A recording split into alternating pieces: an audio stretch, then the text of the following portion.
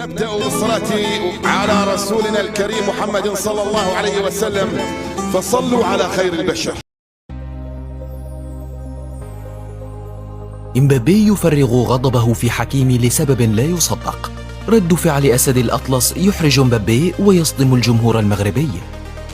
لا أمان في كرة القدم، والأصدقاء يمكنهم التشاجر معا، وهكذا حدث بين أشرف حكيمي وكيليان إمبابي بعد سنوات من الصداقة العميقة. انقلبت الأمور إلى أزمة كبرى التقطتها الكاميرات، وتحول الثنائي إلى خصمين في لقطة لا تصدق. الخسارة من دورتموند دفعت إمبابي لأغرب رد فعل صدر منه على الإطلاق، والضحية كان صديقه المغربي الذي طالما دافع عنه في مواقف صعبة سابقة.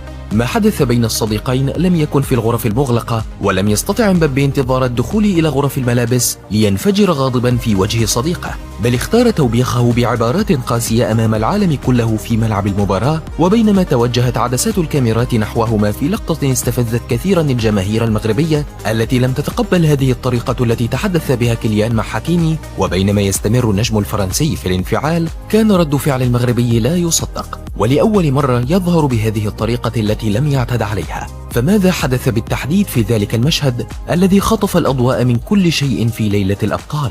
ما حدث كان صادما ولم يستوعبه المشاهدون في اللقطة الأولى، حيث اندلعت الواقعة بعد نهاية شوط المباراة الأول بخسارة باريس سان جيرمان بهدف مقابل لا شيء، ليترك إمبابي كل اللاعبين ويتوجه إلى حكيمي، حيث اعتقد كل المشاهدين أنه ذهب لمواساته أو الحديث معه في شيء يخص المباراة بشكل ودي.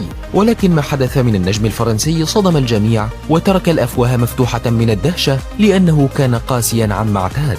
إمبابي ظل يتحدث مع حكيمي، وبشكل مفاجئ قام بتوبيخه وانفعل بشكل كبير، وبدأ يحرك في يده في إشارات توضح عصبيته الشديدة تجاه صديقه المغربي الذي تحول إلى نجم اللقطة وخطفها من كيليان بسبب رد فعله الغريب والذي لم يكن منتظرا بعدما قام به إمبابي، لدرجة أن مواقع التواصل الاجتماعي اكتظت بالتساؤل حول ردة فعل اللاعب المغربي تجاه صديقه الغاضب بشكل غير طبيعي. فماذا فعل حكيمي في تلك اللقطة؟ في الحقيقة لم يفعل حكيمي أي شيء، وهذا هو المستغرب منه، إذ ظل يسير بجوار إمبابي ويسمع إلى حديثه الغاضب والعنيف دون أن ينبث ببنت شفة ودون أن يرفع رأسه، حيث ظل ينظر إلى الأرض في حسرة شديدة، ولم يمتلك أي رد فعل على استفسارات إمبابي، ولم يحاول رفع صوته في وجهه، بينما يستمر كيليان في التوبيخ وتلتقط الكاميرات ملامحه الغاضبة التي أكدت أنه لم يكن راضيا عما يفعله حكيمي في الملعب منذ بداية المباراة. وحين حاول المحللون والصحفيون اكتشاف سبب الشجار،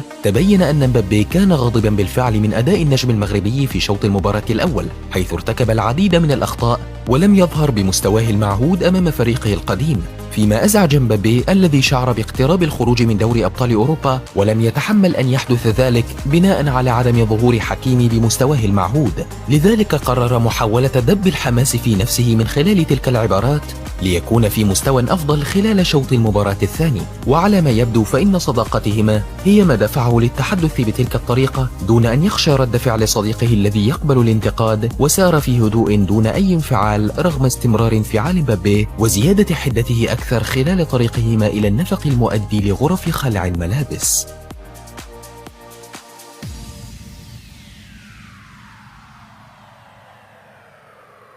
إن أعجبك الفيديو لا تنسى الإعجاب والاشتراك في القناة.